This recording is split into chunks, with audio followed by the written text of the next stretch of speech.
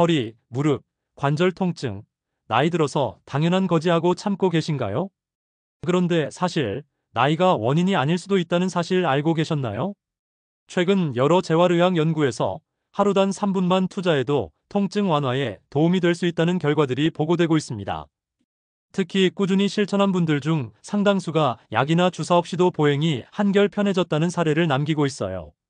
오늘 영상에서는 병원에 가지 않아도 집에서 바로 할 수 있는 허리 무릎 관절 통증 완화 비밀 루틴 3가지를 자세히 알려드립니다. 따라하기 쉽고 특별한 도구도 필요 없으니 끝까지 보시면 바로 실천하실 수 있을 거예요.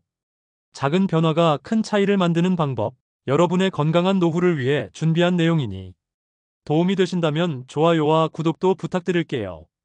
많은 분들이 허리 무릎 관절 통증을 단순히 나이 들어서 생기는 거지하고 생각하시지만 사실 원인은 그렇게 단순하지 않습니다. 연구에 따르면 시니어 분들의 관절허리 통증은 크게 3가지 이유에서 시작됩니다. 첫째, 근육과 인대의 약화.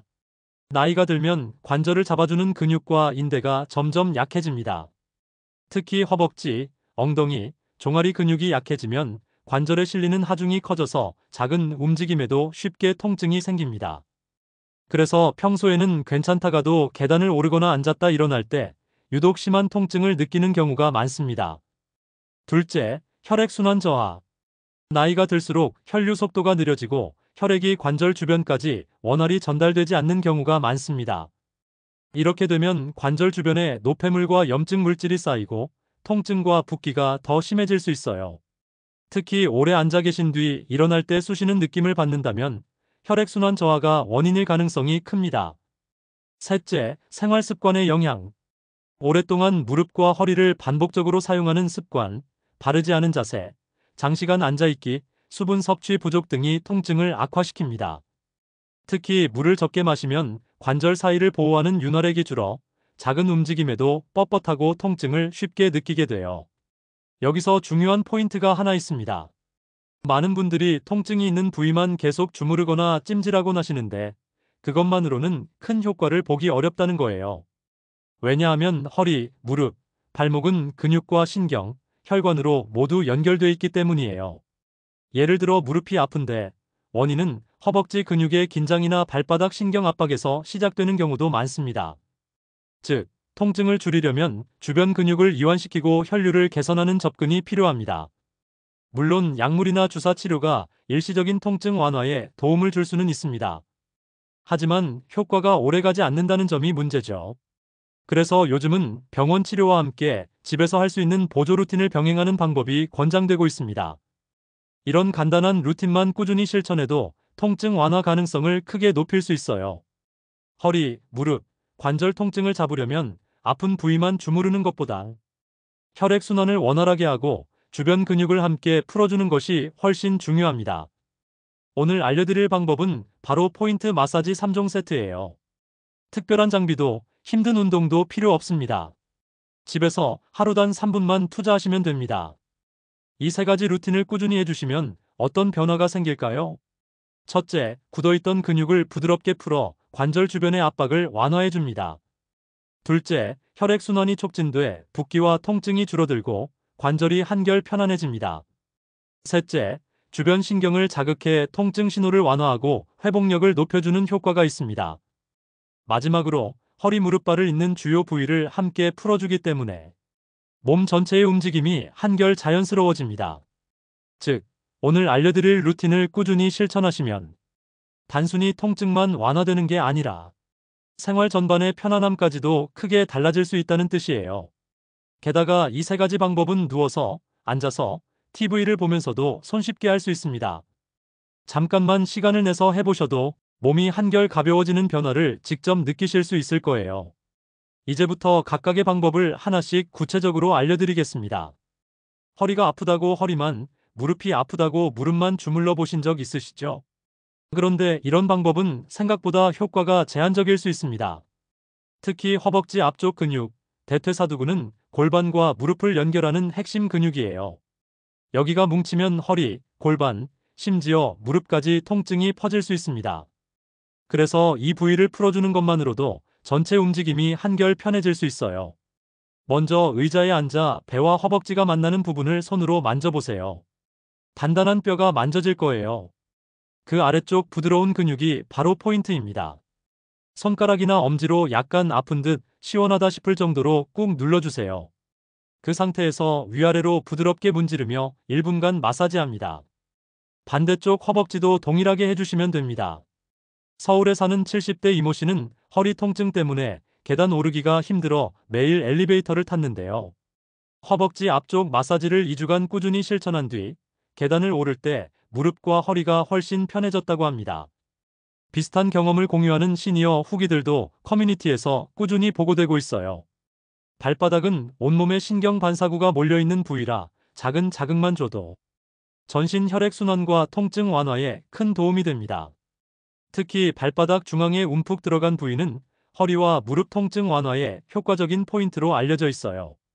먼저 편안히 앉아서 한쪽 발을 반대쪽 무릎 위에 올리세요. 발바닥 중앙 움푹 들어간 부분을 손가락으로 원을 그리듯 30초간 마사지합니다. 이어서 발 뒤꿈치와 발가락 밑부분도 꾹꾹 눌러주세요. 집에 작은 지압봉이나 마사지공이 있다면 함께 활용하시면 더욱 편리합니다.